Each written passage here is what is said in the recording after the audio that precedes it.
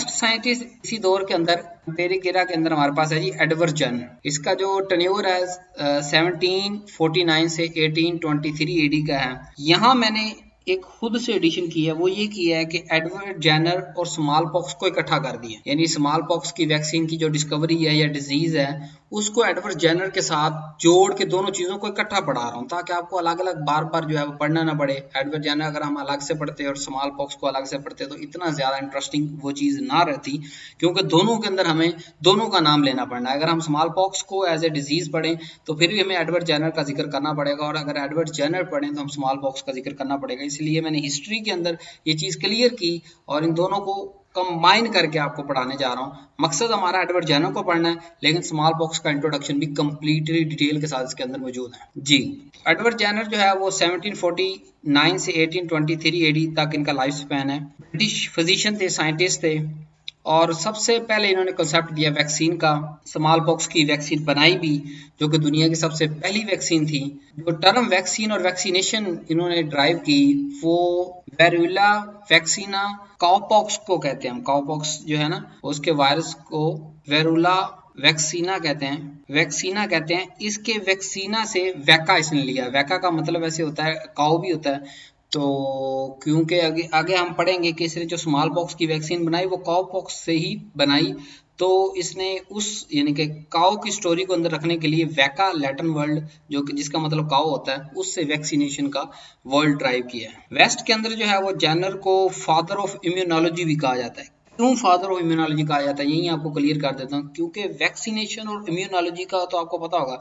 Vaccination के अंदर हम क्या करते हैं, हम जो है वो डेड माइक्रो ऑर्गेनिजम्स या सेमी डेड या उनका कोई पार्ट जो है वो हम बॉडी को देते हैं ताकि वो क्या कहता है बॉडी अपने आप की अंदर इम्यूनिटी बना लेता है, उसके खिलाफ लड़ने की अपने अंदर पूरी सलाहियत पैदा कर लेता है। एंटीबॉडीज हम कहते हैं कि हम यानी जो हम सेमी डेड या उसका कोई पार्ट वायरस का जो हम इंट्रोड्यूस कराते हैं बॉडी के अंदर उसको एंटीजन कह सकते हैं, और बॉडी उसके अगेंस्ट अपनी एंटीबॉडीज बना लेती हैं। इससे होता क्या है कि इम्यूनोलॉजी जो है ना वो इम्यूनिटी पैदा हो जाती है।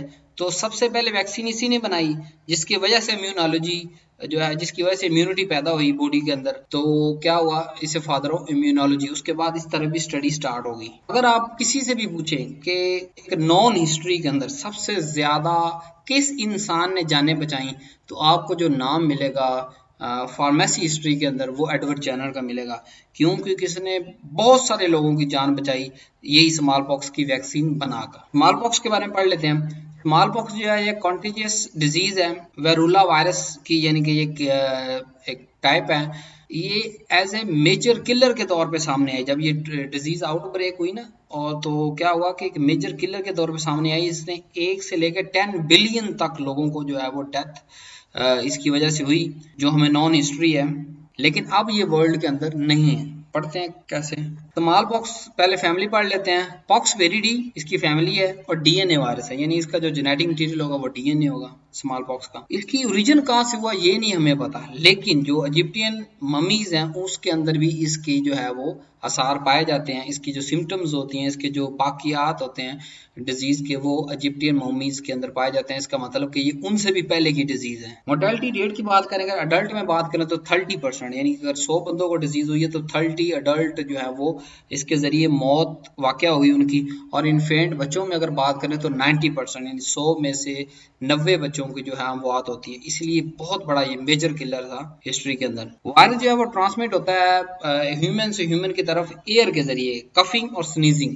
खांसने और छींकने, दोनों से जो है वो इन्फेक्टेड पर्सन से दूसरे हेल्दी पर्सन की तरफ वायरस जो है वो ट्रांसमिट हो जाता है। जब वायरस ट्रांसमिट हो जाता है तो उसका इंक्यूबेशन पीरियड हमारे पास है 10 से 14 दिन तक। उसके बाद इसकी सिम्टम्स होती है वो है हाई फीवर। इंक्यूबेशन के बाद हाई फीवर जो आता है उस पर्सन पे। अब होता क्या है, क्योंकि एक तरफ तो हाई फीवर आ रहा, दूसरी तरफ ये स्किन सेल्स को भी इफेक्ट करता है ये वायरस, और पहले रैश होती है, फिर इंडिविजुअल स्पॉट्स बनते हैं। जहाँ रैश कहते हैं खारिश को, खारिश होती है पहले, फिर इंडिविजुअल स्पॉट्स बनते हैं, दाग बनते हैं, उनको हम मैक्यूल्स कहते हैं। और जब मैक्यूल्स उभर जाते हैं, स्किन के ऊपर बाहर आ जाते हैं, वासी हो जाते हैं वो स्पॉट, उन्हें पैप्यूल कहते हैं। और जब पैप्यूल के अंदर पस भर जाता है फिर पोस्ट्यूलेट कहते हैं। पस फिर क्या होता है, वो लीक आउट होता है और एक स्कार बना देता है, और वो बॉडी के अंदर हमेशा के लिए, यानी अगर बंदा बच भी गया है तो फिर भी वो बॉडी के अंदर निशानात जो हैं वो रहते हैं बाकी, और जो है वो डिसफिगर कर देता है और बाज़ दफ़ा ब्लाइंड भी कर देता है ये, यानी कि स्मॉल पॉक्स स्किन पे इफेक्ट होने की वजह से ब्लाइंड भी करता है। डेथ अकर होती है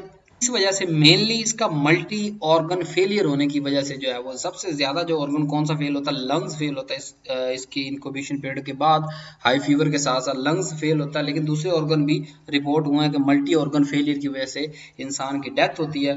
और जो बच भी जाता है तो उसकी क्या पूरी स्किन खराब हो जाती है, स्कार्स उसके ऊपर नजर आते हैं। अब स्मॉल पॉक्स से बचने वाले फेमस सर्वाइवर कौन से हैं?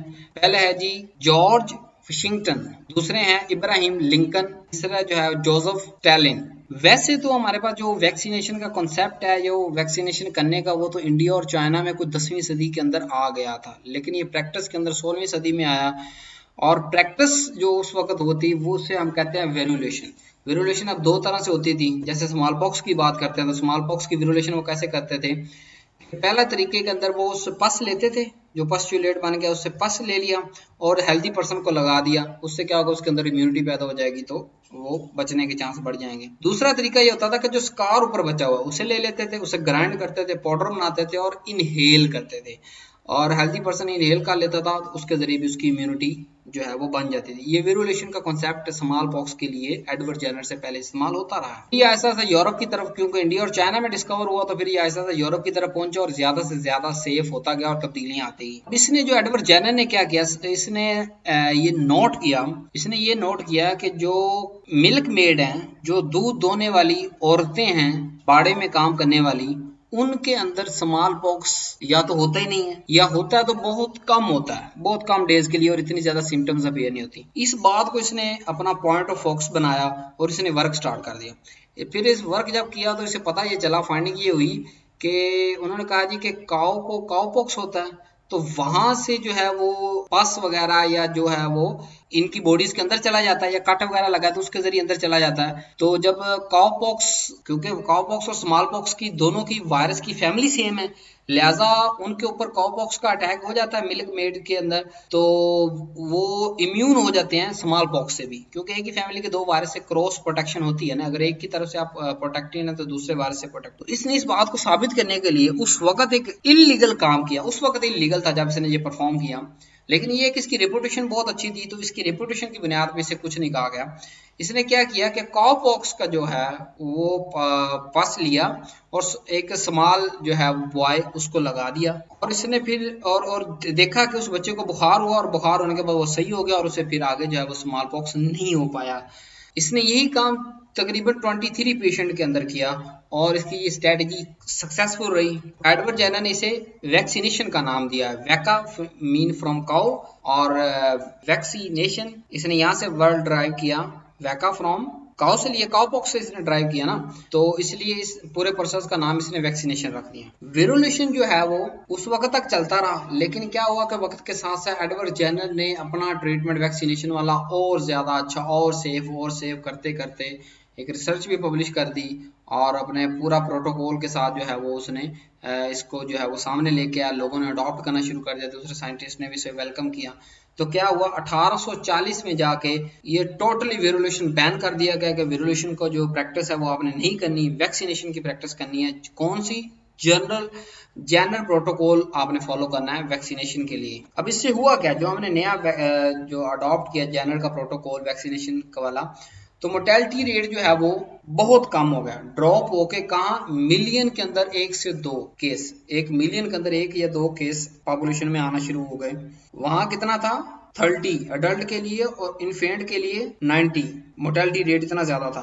तो यहाँ पे मोर्टेलिटी रेट कम हो गई, सिर्फ 1 से 2 केसेस रह गया आउट ऑफ 1 मिलियन। नेपोलियन ने भी जो है वो अपनी पूरी जो फौज थी उसको ये जेनर का प्रोटोकॉल इस्तेमाल करते हुए वैक्सीनेशन करवाया, और उसने कहा कि Jenner is a great benefactor of mankind, कि इसने इंसानों की बहुत बड़ी खिदमत, इंसानियत की बहुत बड़ी खिदमत की है। अब जो लास्ट आउटब्रेक अकर हुआ है वो यूरोस्लाविया के अंदर हुआ है 1972 के अंदर, जब एक मुस्लिम जो है वो वापस आया इराक के अंदर, तो वो बीमार हो गया लेकिन वो जल्दी रिकवर कर गया। लेकिन उससे जो अटैच पर्सन थे, जो कंटेक्ट में रहे उसके बीमारी के दौरान, उसमें से एक बंदा जो है वो बीमार हुआ और उसके साथ ट्रीट किया तो उसे जो है वो रैश अपीयर हुआ और उसकी डेथ हो गई। तो एंटीबायोटिक का एक जो स्टेप पेनिसिलिन का जो है साइड इफेक्ट रैश और डेथ की तरफ जाना, ये हमें उस वक्त पता चला। नंबर 2, ये आउटब्रेक जो है वो फैल गया पूरी जो है इराक के अंदर जो है फैल गया और आगे आगे फैलता चला गया, क्योंकि लोग ट्रांसपोर्ट करते थे, ताजर आते एक इलाके से दूसरे इलाके से सामान, एक जगह दूसरी जगह लोग मिक्स हो रहे हैं, तो ये आउटब्रेक फिर फैल गया। तो फिर उन्होंने क्या किया, पूरी आबादी को 18 मिलियन की पूरी आबादी को दोबारा इम्यूनाइज किया, वैक्सीनेशन लगाई ताकि आउटब्रेक रुक सके। टोटल इस आउटब्रेक के अंदर 175 केसेस रजिस्टर्ड हुए, जिसमें से 35 डेथ हुई। और जो इसके अलावा इस आउटब्रेक के बाद जो लास्ट वेरीफाइड केस है स्मॉल पॉक्स का, वो 1979 में रजिस्टर्ड हुआ। उसके बाद आज तक कोई भी केस जो है वो वेरीफाइड केस सामने स्मॉल पॉक्स का नहीं आया। इसी वजह से 1980 के अंदर WHO ने डिक्लेयर कर दिया कि स्मॉल पॉक्स जो है वो इस दुनिया से ख़त्म हो चुका है। इंसानियत को एक जो है वो बीमारी से आज़ादी मिल चुकी है, अब स्मॉल पॉक्स नहीं है।